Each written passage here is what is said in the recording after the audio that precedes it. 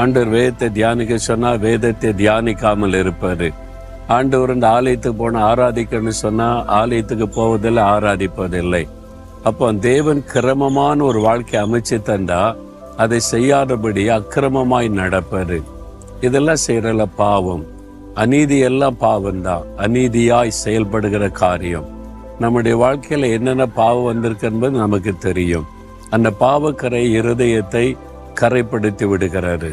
தேவனுடைய ஆசீர்வாதத்தை தடுத்து விடுகிறாரு. இதெல்லாம் யார் மாற்ற முடியும்?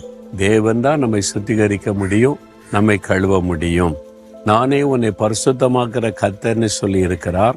இயேசு கிறிஸ்துவின் ரத்தம் சகல பாவங்களை நீக்க நம்மை சுத்திகரிக்கும்னு வாக்கு கொடுக்கப்பட்டிருக்கிறது.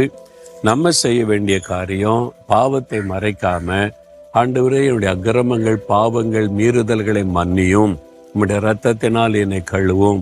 ஆண்டவரே நம்மை பரிசுத்தப்படுத்தி அந்த ஆசீர்வாதத்துக்கு ஆயத்தப்படுத்துவார்.